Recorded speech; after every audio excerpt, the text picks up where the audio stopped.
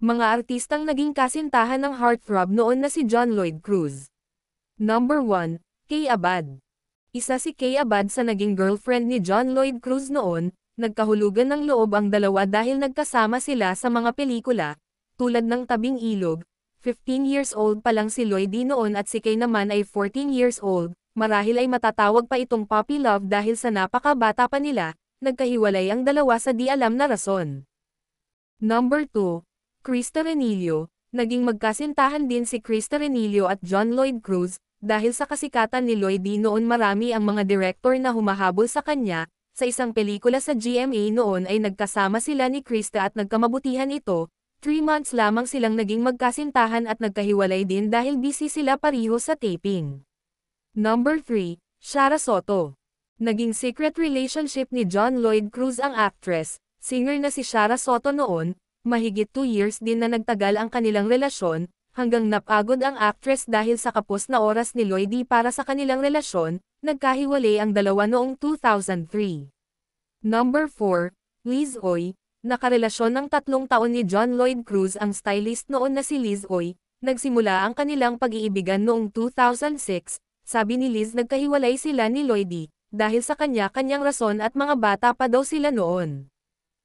Number 5, Rufa Gutierrez. Naging bahagi din ng buhay ni John Lloyd Cruz ang Miss World second runner-up noon na si Rufa Gutierrez, lihim na tinatago nila noon ang kanilang masayang relasyon, ngunit dahil sa mapanuring mata ng mga netizens, ay unti-unting lumabas ang katotohanan ng kanilang pag-iibigan.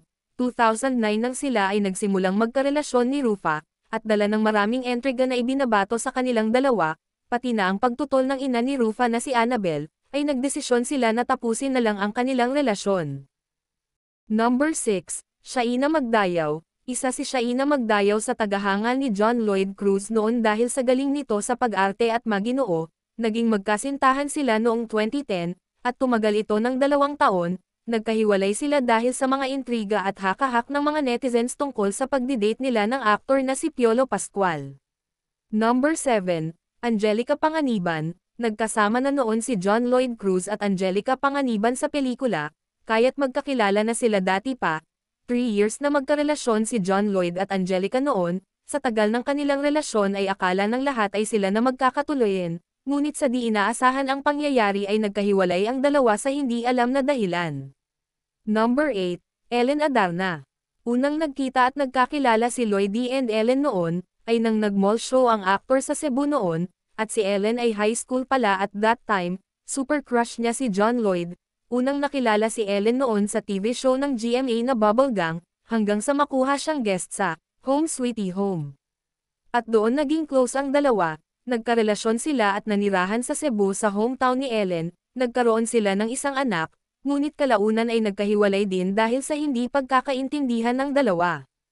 Number 8, Isabel Santos. Si Isabel Santos ay isang artist at marami na siyang mga sumikat na gawa. Ipinakilala siya noong October 2023 ni John Lloyd Cruz sa publiko bilang isang girlfriend niya. Matagal na din daw silang magkakilala ni Lloydie at masaya sila sa relasyon nila ngayon.